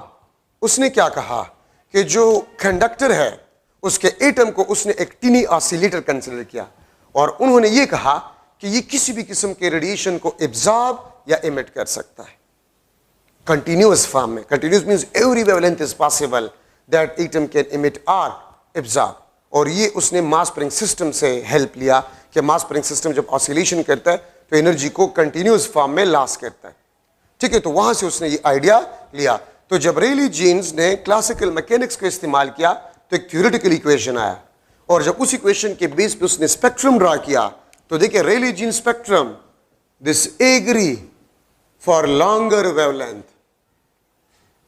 For longer wavelengths, ये longer wavelengths के साथ agree, देखो ना ये longer wavelength के साथ टच कर रहे हैं, ठीक है, but fail for shorter, but this fail for shorter wavelengths, ये शॉर्टर वेवलेंस के लिए फेल हुआ। अब जो अपने जरा देखिए लॉन्गर वेवलेंथ के साथ एग्री है but fail for shorter wavelength, ठीक। इसके बाद फिर वीन आया और इसने एक्सप्लेन करना चाहा, ठीक है। ये आपके पास वीन स्पेक्ट्रम है, ये वीन स्पेक्ट्रम, और वीन स्पेक्ट्रम भी क्लासिकल स्पेक्ट्रम है, ये भी क्लासिकल स्पेक्ट्रम है, और ये स्पेक्ट्रम आप देख सकते हैं, ठीक है। This agree with shorter wavelength, देखिए ना शॉर्टर के साथ एग्री हो रहा है लेकिन लॉन्गर के साथ एग्री नहीं हो रहा है, तो मैं लिख लूंगा this agree for shorter wavelength, for shorter wavelength but fail for longer wavelength, ठीक है। और याद रखिए आज तक इसका कंक्लूजन क्या, इसका मतलब यह है कि रेली जीन्स ने भी एज अ होल स्पेक्ट्रम को एक्सप्लेन नहीं किया, और वीन ने भी एज अ होल स्पेक्ट्रम को एक्सप्लेन नहीं किया थ्योरेटिकली, उन्होंने थ्योरेटिकली ट्राई किया था, ठीक है। और स्पेक्ट्रम एक्सपेरिमेंटल है, तो Rayleigh Jeans try theoretically to explain black body radiation spectrum, और वीन्स ने भी थ्योरेटिकली ट्राई किया ब्लैक बॉडी रेडिएशन स्पेक्ट्रम को एक्सप्लेन करने के लिए, ठीक है। लेकिन दोनों फेल हो गए, एज अ होल स्पेक्ट्रम को किसी ने एक्सप्लेन नहीं किया, और ये इसमें जरूरी पॉइंट्स है। अच्छा, अक्सर आप बुक्स में देखें तो एमसीक्यूज में ये मौजूद है, ठीक है। तो इसका मतलब ये है क्लासिकल मैकेनिक्स आज तक ब्लैक बॉडी रेडिएशन स्पेक्ट्रम को कंप्लीटली एक्सप्लेन नहीं कर सकता। वेव नेचर ऑफ लाइट या classical mechanics fail to explain as a whole black body radiation spectrum. ठीक है, तो 1900 में प्लैंक्स आया और उसने एक नया आइडिया दिया। ठीक है, प्लैंक्स रेडिएशन लॉ, उसने क्या कहा कि लाइट या एनर्जी, लाइट और एनर्जी एब्जॉर्ब्ड और emitted in discrete energy packets or bundles form। उसने ये कहा कि लाइट या एनर्जी आपके पास जो होता है वो डिस्क्रीट पैकेट्स और एनर्जी बंडल्स फॉर्म में एब्जॉर्ब या इमिट हो सकता है। पार्टिकल नेचर का कंसेप्ट उसने दिया। ठीक है, give particle nature of light. ठीक है, उसने पार्टिकल नेचर ऑफ लाइट का कंसेप्ट दिया और उसने ये कहा कि एनर्जी डिस्क्रीट फॉर्म में एब्जॉर्ब भी होता है और इमिट भी होता है, कंटिन्यूअस फॉर्म में नहीं। एक एटम को अगर हम ऑसिलेटर कंसिडर करें तो ये हर फ्रीक्वेंसी वाले लाइट को एब्जॉर्ब और इमिट नहीं कर सकता, बल्कि स्पेसिफिक फ्रीक्वेंसी वाले लाइट को ये एब्जॉर्ब भी कर सकेगा और इमिट भी कर सकेगा, हर एक फ्रीक्वेंसी वाला नहीं। ठीक है, और उसने एनर्जी, ठीक है, उसने एनर्जी पैकेट को नाम दिया, एनर्जी पैकेट को उसने नाम दिया, एनर्जी बंडल को उसने नाम दिया क्वांटा। एनर्जी पैकेट को उसने क्या नाम दिया? क्वांटा। ठीक है, और उसने energy of quanta E is equal to NHF, उसने एक इक्वेशन दिया E is equal to NHF। N is the number of quanta, H is the Planck's constant, F is the frequency, ठीक है, ऑफ एटम। एटम का जो frequency होगा उसी frequency वाला लाइट वो एब्जॉर्ब या इमिट कर सकता है। ठीक है, और अगर N आपके पास 1 हो, 1 क्वांटा, तो E is equal to HF या HC डिवाइड बाय लैम्डा। ठीक है, और इसी इक्वेशन को लेकर जब उसने वैल्यूज पुट किए तो प्लैंक्स ने एज अ होल स्पेक्ट्रम को थ्योरेटिकली एक्सप्लेन किया। इसीलिए फिर प्लैंक्स जो थ्योरी था वो रेडिएशन लॉ बन गया। ठीक है, प्लैंक्स ने क्या कहा कि इलेक्ट्रोमैग्नेटिक लाइट या लाइट वेव्स, ठीक है, या लाइट या एनर्जी, वेव्स नहीं, लाइट या एनर्जी, वो डिस्क्रीट फॉर्म में एब्जॉर्ब भी होता है और इमिट भी होता है, कंटिन्यूअस फॉर्म में नहीं। तो उसने एक नया आइडिया दिया, पार्टिकल नेचर ऑफ लाइट का कंसेप्ट उसने दिया, और उसी कंसेप्ट के बेस पे उसने एक्सपेरिमेंटल स्पेक्ट्रम को, as a whole experimental spectrum को एक्सप्लेन किया। और प्लैंक्स रेडिएशन लॉ जो है वो शॉर्टर वेवलेंथ के साथ भी एग्री है और लॉन्गर वेवलेंथ के साथ भी एग्री है। ठीक है, तो इसका मतलब ये है कि वेव नेचर ने ब्लैक बॉडी रेडिएशन स्पेक्ट्रम को एज अ होल एक्सप्लेन नहीं किया, लेकिन पार्टिकल नेचर ऑफ लाइट ने as a whole black body radiation spectrum को एक्सप्लेन किया। ठीक है, ये बात याद रखिए। तो modern physics black body radiation spectrum को एक्सप्लेन कर रहा है, लेकिन क्लासिकल मैकेनिक्स आज तक नहीं। ठीक है, Heisenberg uncertainty principle. Heisenberg uncertainty principle दो है, एक आपके पास जो है पोजीशन और मोमेंटम के बारे में और एक एनर्जी और टाइम के बारे में है। ठीक है, डेल्टा एक्स आपके पास है, this is the uncertainty in position, और डेल्टा पी आपके पास जो है this is the uncertainty in a momentum. ठीक है, देखिए याद रखिए, हाइसेनबर्ग ये कहता है कि अगर आप एक सिंगल एक्सपेरिमेंट परफॉर्म कर रहे हैं, अगर आप एक सिंगल एक्सपेरिमेंट परफॉर्म कर रहे हैं, एक से ज्यादा पैरामीटर्स को ऑब्जर्व करने के लिए, तो आप एक से ज्यादा पैरामीटर्स एक्यूरेटली सिंगल एक्सपेरिमेंट से मालूम नहीं कर सकते। किस तरह? अगर आप पोजीशन को एक्यूरेटली मालूम करना चाहते हैं तो मोमेंटम को आप एक्यूरेटली मालूम नहीं कर सकते। अगर आप मोमेंटम को एक्यूरेटली मालूम करना चाहते हैं तो आप पोजीशन को एक्यूरेटली मालूम नहीं कर सकते। ठीक है, और यह बात याद रखें कि the uncertainty in position and the uncertainty momentum का जो प्रोडक्ट होगा, this will be approximately equal to h, या this will be greater than or equal to h। और एक बात याद रखिए, अगर हम वेवलेंथ ऑफ लाइट को बढ़ाना चाहते हैं तो अनसर्टेनिटी इन पोजीशन इंक्रीज होगा, अगर वेवलेंथ को हम बढ़ाना चाहते हैं, but uncertainty in momentum decrease होगा।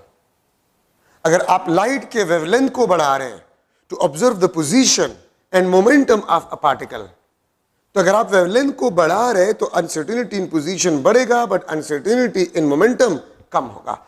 अगर आप वेवलेंथ को कम कर रहे हैं तो अनसर्टेनिटी इन पोजीशन कम होगा, अनसर्टेनिटी इन मोमेंटम बढ़ेगा। तो मतलब यह है, अगर आप शॉर्टर वेवलेंथ वाला लाइट ले रहे हैं तो आप पोजीशन को तो एक्यूरेटली मालूम कर सकते हैं लेकिन मोमेंटम को नहीं।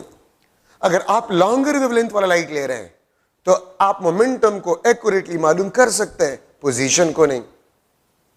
तो ये पॉसिबल ही नहीं है कि आप सिंगल एक्सपेरिमेंट से दोनों पैरामीटर्स को एक्यूरेटली मालूम करें। ठीक है, तो ये आपके पास हाइसेनबर्ग अनसर्टेनिटी प्रिंसिपल है for the position and momentum, energy और टाइम। ठीक है, एनर्जी और टाइम के बारे में आपके पास ये है कि अगर आप एक पार्टिकल के एनर्जी को और टाइम ड्यूरेशन जिसके दौरान वो एनर्जी उस पार्टिकल के साथ हो एटॉमिक लेवल पे, तो वो आप सिंगल एक्सपेरिमेंट से मालूम नहीं कर सकते। ठीक है, अगर आप एनर्जी को एक्यूरेटली मालूम करें तो टाइम को नहीं कर सकते एक्यूरेटली। अगर आप टाइम ड्यूरेशन को एक्यूरेटली मालूम करें तो एनर्जी को नहीं कर सकते। ठीक है, तो याद रखें, uncertainty in energy is directly proportional to the frequency of light. अगर आप लाइट का फ्रीक्वेंसी बढ़ा रहे हैं तो एनर्जी में अनसर्टेनिटी बढ़ेगा लेकिन टाइम में अनसर्टेनिटी कम होगा। ठीक है, अगर आप फ्रीक्वेंसी को कम कर रहे हैं तो अनसर्टेनिटी इन एनर्जी कम होगा लेकिन टाइम में अनसर्टेनिटी बढ़ेगा। तो आप सिंगल एक्सपेरिमेंट से या सिंगल वेव से एनर्जी और टाइम दोनों को एक्यूरेटली सिंगल एक्सपेरिमेंट से मालूम नहीं कर सकते। तो इसका मतलब ये कि आप एक से ज्यादा पैरामीटर को सिंगल एक्सपेरिमेंट से एक्यूरेटली मालूम नहीं कर सकते। मॉडर्न फिजिक्स में, क्लासिकल फिजिक्स में हम कर सकते हैं, मॉडर्न फिजिक्स में नहीं कर सकते। और यहां से हमें एक बात वाज़ेह हो गई कि मॉडर्न फिजिक्स का जो लिमिट है दैट इज 10⁻⁻34 मीटर तक अप्रॉक्सीमेटली। आप मॉडर्न फिजिक्स में ये साइजेस जो है उसके बारे में 10⁻34 मीटर साइजेस के बारे में आपको मॉडर्न फिजिक्स जवाब दे सकता है। ठीक है, तो ये आपके पास जो है दो अनसर्टेनिटी प्रिंसिपल है। ठीक है, जो कि मॉडर्न फिजिक्स में हमसे ये टॉपिक रह गया था। ठीक है, हाँ, अगर मैं इस तरह लिख लो कि आपके पास nucleus, let's suppose this is nucleus. ठीक है, और आपको पता है कि न्यूक्लियर साइज जो है, nuclear size that is approximately 10⁻⁻15 metre, 10⁻⁻15 metre तक है। तो अगर मैं आपसे पूछूं कि what will be the velocity of electron in a nucleus, अगर न्यूक्लियस में इलेक्ट्रॉन हो तो उसका वेलोसिटी क्या होगा, या प्रोटॉन अगर न्यूक्लियस में है तो उसका वेलोसिटी क्या होगा। ठीक है, या अगर इलेक्ट्रॉन तो न्यूक्लियस में नहीं हो सकता, लेकिन आपसे पूछा जा सकता है कि अगर इलेक्ट्रॉन न्यूक्लियस में हो तो फिर उसका वेलोसिटी क्या होगा, अगर हो, क्वेश्चन किया गया आपसे।